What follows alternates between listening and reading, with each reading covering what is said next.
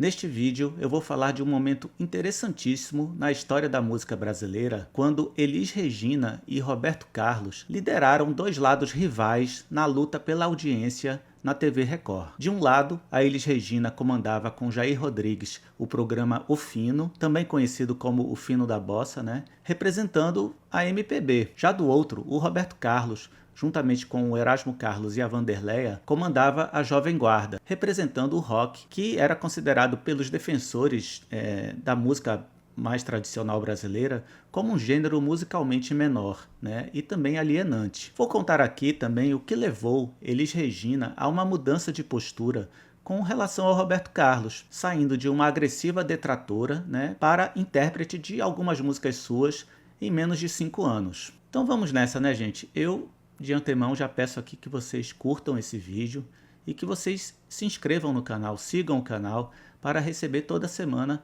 conteúdos como esse. Pois bem, há de se enfatizar aqui primeiro que antes de Elis e Roberto ficarem em lados antagônicos no show business nacional, o início de suas carreiras tem particularidades que são comuns aos dois. Para começar, ambos nasceram fora de grandes centros culturais da época, e migraram para o Rio de Janeiro e depois para São Paulo, onde era a sede da TV Record. Ambos também tiveram grandes dificuldades no início de suas carreiras, colecionando com isso alguns fracassos antes de chegarem à fama. Bom, eu vou começar aqui contando um pouco sobre o início da carreira de Elis Regina. Ela é de Porto Alegre e começou a sua carreira na Rádio Gaúcha. Logo, a Elis chamou a atenção da gravadora Continental, o que levou ela a assinar, em 1961, junto com seus pais, já que ela era menor de idade, tinha 16 anos, um contrato com a gravadora. Já o Roberto Carlos, nessa mesma época, já havia se mudado para Niterói, cidade vizinha ao Rio de Janeiro, onde ele ficou hospedado na casa de uma tia. Ele era alguns anos mais velho que a Elis Regina e, assim como ela,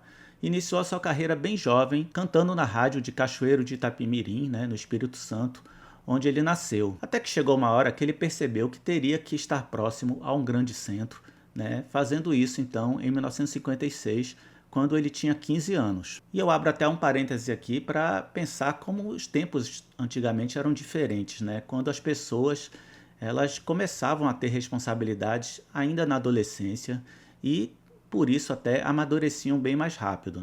E foi justamente nesse ano de 56 que o Roberto Carlos se mudou para Niterói, que aconteceu um fato que transformou a história da música, que foi o surgimento do rock and roll.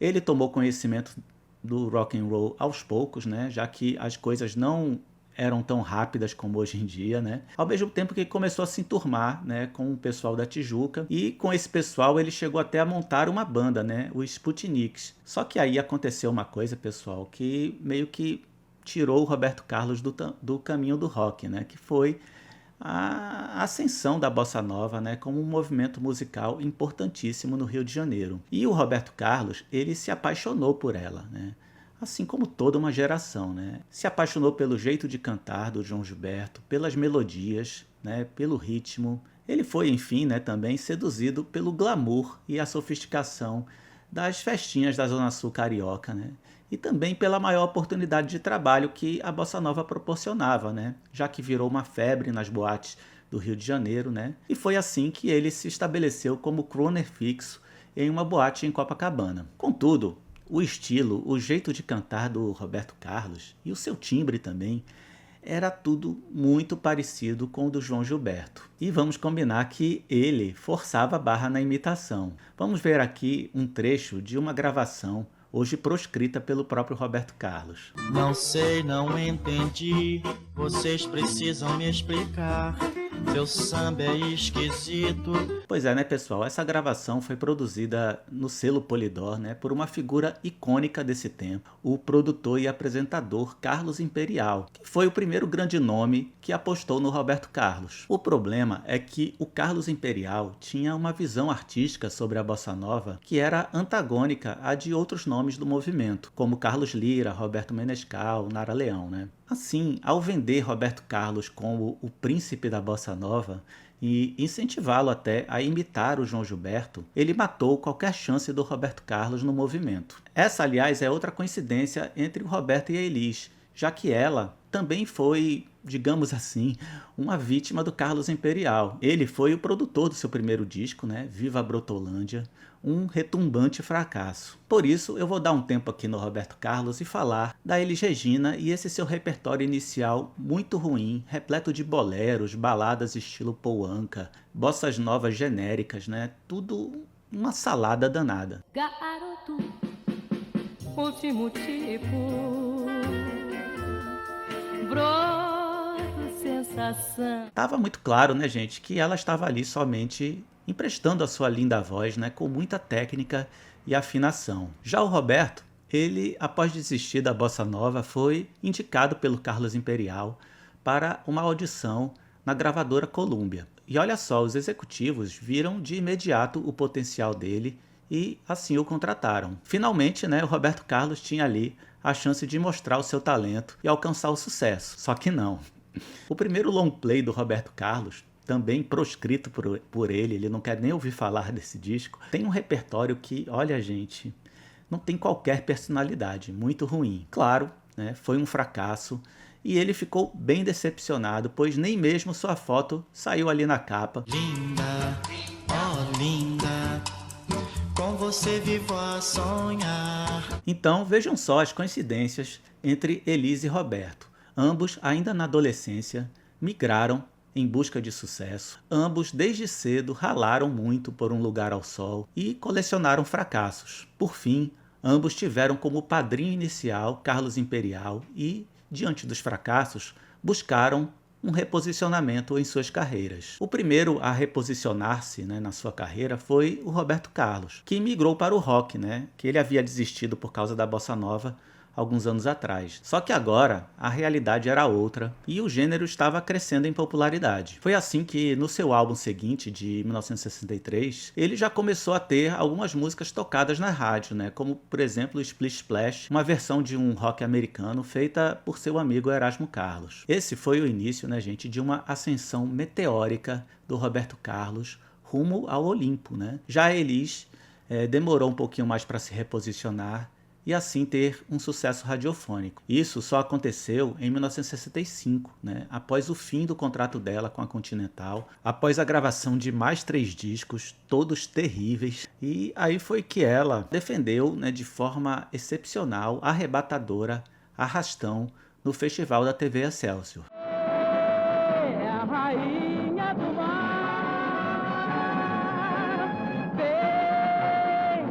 vem da lei de João, pra mim, olha que eu não sei. Incrível, né, gente?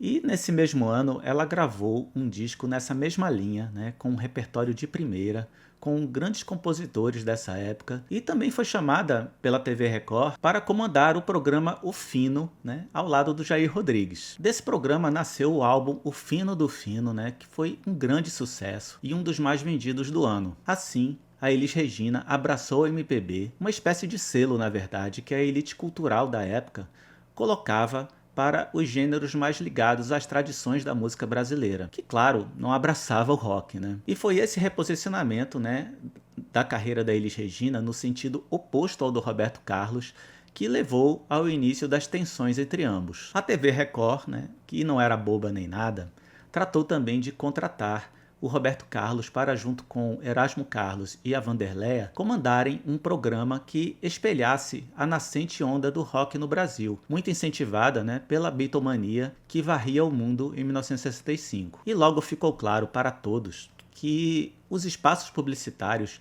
eram vendidos com mais facilidade na Jovem Guarda, o que só fez acirrar ainda mais os ânimos, né, da ala conservadora da música brasileira. E, pessoal, ainda ocorreu um fato que, olha, mudou a cena cultural brasileira e o responsável foi o Roberto Carlos. Nesse mesmo ano de 65, ele gravou um disco com o nome do programa, né, Jovem Guarda, e o carro-chefe foi Quero que Vá Tudo para o Inferno. De que vale a minha boa vida de playboy se entro no meu carro? Essa música, gente, tem uma importância histórica imensa para a música brasileira. E o seu sucesso, que foi avassalador, né? Tocou de norte a sul do Brasil, todas as rádios, em todas as camadas sociais, contribuiu para o surgimento de um fenômeno na música brasileira, que foi o Roberto Carlos. Quero que você me aqueça nesse inverno. Bom, vou aproveitar aqui agora para dar uma contextualizada no ambiente sociocultural em que Elis e Roberto estavam inseridos no Brasil em 1965. Como todos sabem, era uma época que o Brasil estava sendo governado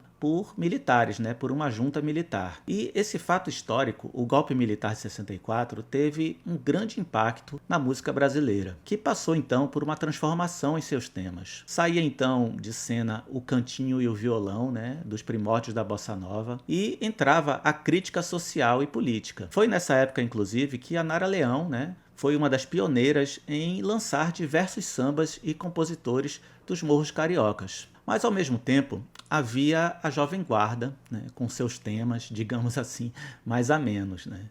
Em vez de falar da vida difícil nas favelas, por exemplo, a Jovem Guarda falava de carros, de paqueras. Arranquei a todas sem querer, avancei o sinal.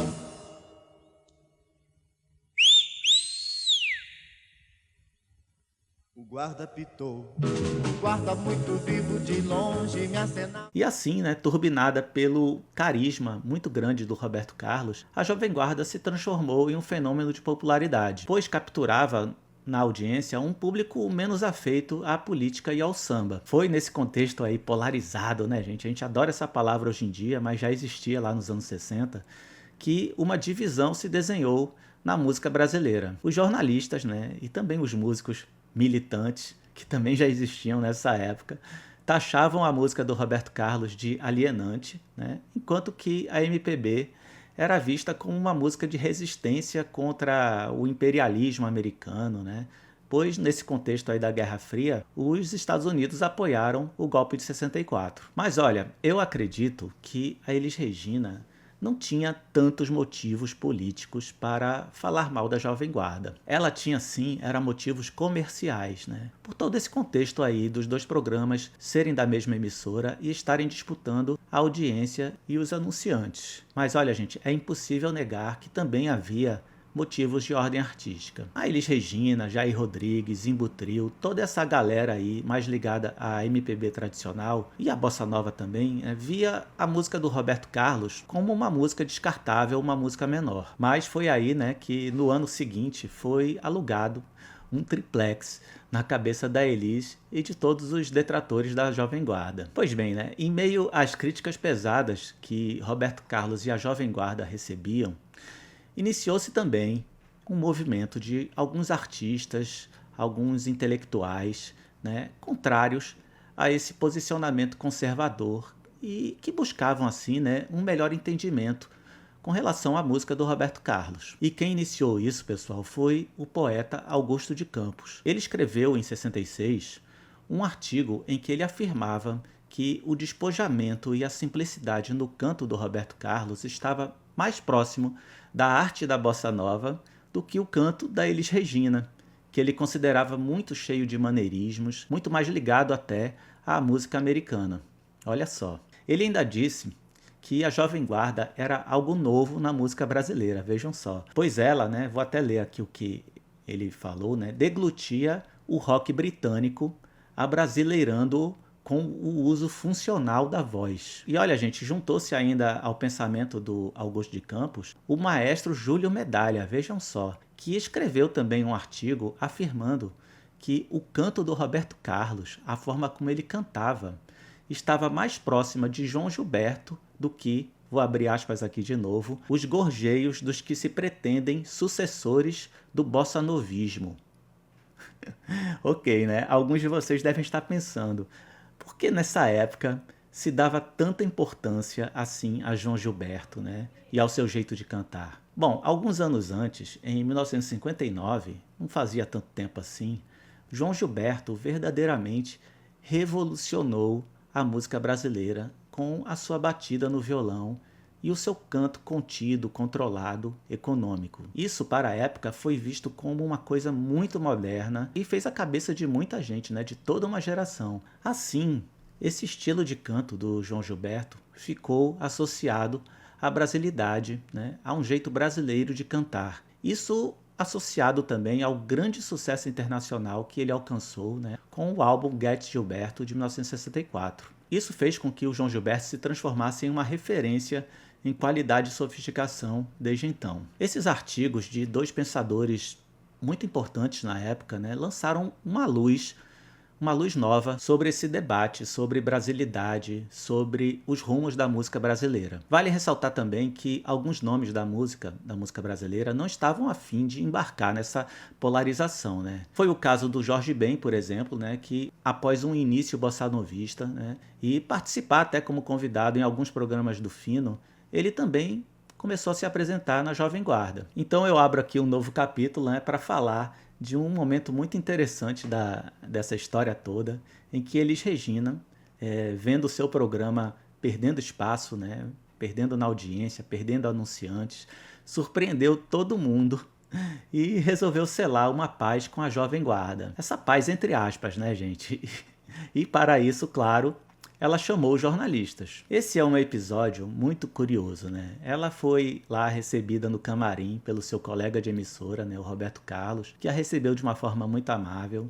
Os jornalistas ali tirando foto e registrando tudo. Então, papo vai, papo vem, a Elis Regina, demonstrando uma certa contrariedade aí com os rumos do programa dela, praticamente, né, se convidou para fazer uma participação na Jovem Guarda, vejam só, né? Cantando com o Roberto Carlos, Quero que Vá Tudo para o Inferno. Olha, pena que isso aí nunca aconteceu, né? Pois, de fato, isso aí só era uma jogada de marketing dela. A Elis, gente, gostava de um teatro, gostava de uma polêmica, né? Tanto que meses depois, já em 67, como se essa paz aí selada com Roberto Carlos nunca tivesse existido, organizou, junto com o Jair Rodrigues e o pessoal mais ligado à MPB tradicional, a famigerada Marcha contra as Guitarras Elétricas, né? Um episódio ridículo que acabou que não deu em nada, né? Pois nesse mesmo ano, em 67, o programa dela foi cancelado, acabou, e as guitarras elétricas entraram definitivamente para a MPB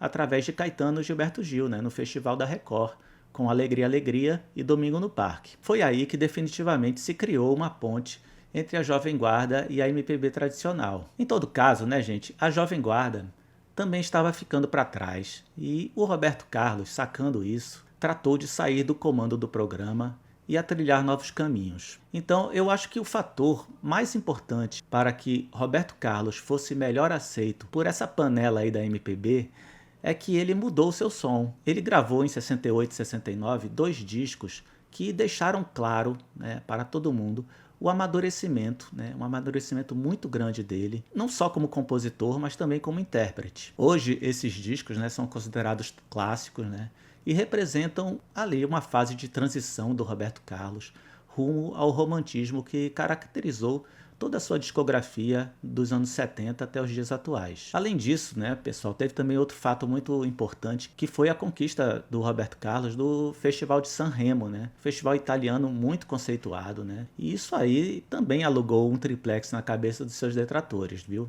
La solitudine che tu mi hai regalato, io la coltivo come un fiore. Chissà se finirà, se un altro sogno la mia mano prenderà. Vale destacar também, né, gente, que a Elis Regina se via livre do Fino nessa época, e isso aí, olha, foi muito importante para que ela alçasse novos voos. Foi então que em 69, né, juntamente com o seu produtor na época, o Nelson Motta, que eu acho que também estava tendo um relacionamento amoroso com ela, eles começaram a reavaliar o Roberto Carlos, né, e resolveram então gravar uma música dele, né, que já era considerado nessa época o rei da juventude. Vamos ouvir aqui. Tem a vida inteira pra viver, saber o que é bom e o que é ruim. É melhor pensar depressa e escolher antes do fim. Daqui pra frente, tudo vai ser diferente.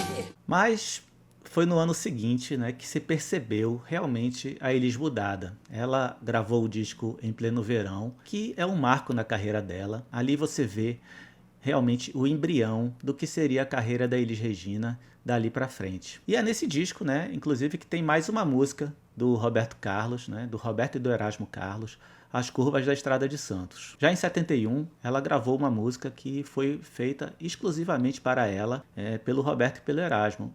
E, estranhamente, depois disso, a Elis não gravou mais nenhuma música da dupla. E é uma pena, né, gente? Porque os anos 70 foram a fase áurea não só da Elis Regina, como também do Roberto e do Erasmo. Por que será, hein, que ela parou de gravar o Roberto Carlos? Bom, então é isso. Eu espero que aqui nos comentários vocês possam enriquecer esse assunto e até corrigir alguma informação que eu tenha passado de forma equivocada. E não esquece de curtir esse vídeo, né, e se inscrever no canal. Aquele abraço e até um próximo vídeo.